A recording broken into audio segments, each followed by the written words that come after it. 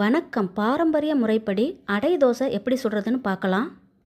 அடை மாவு ரெடி பண்ணுறதுக்கு 1 கப் பச்சரிசி, 1 கப் புழுங்கல் அரிசி, இட்லி அரிசியாக இருந்தாலும் பரவாயில்ல, சாப்பாட்டு அரிசியாக இருந்தாலும் பரவாயில்ல.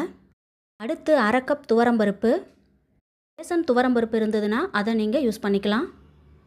கூடவே கடலைப்பருப்பு 1/2 கப். இதில் எல்லா பருப்புமே சேர்க்கறதுனால ரொம்ப ஹெல்த்தியான ரெசிபி. வாரத்துக்கு ஒரு தடவையாவது கட்டாயமாக செய்யுங்க. அடுத்ததாக 2 டேபிள் ஸ்பூன் உளுத்தம்பருப்பு.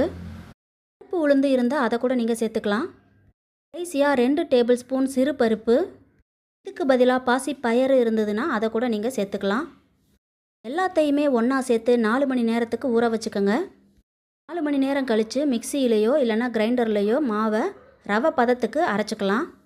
அரிசி பருப்போட கூடவே இஞ்சி, தேங்காய் துருவல், சோம்பு, காஞ்ச மிளகா எல்லாத்தையும் சேர்த்து அரைச்சிக்கோங்க. மாவில் வெங்காயம், கருவேப்பிலை, கொத்தமல்லி இல்லைன்னா முருங்கைக்கீரை சேர்த்து ஹெல்த்தியான டேஸ்டியான அடை தோசையை செஞ்சு பாருங்கள்.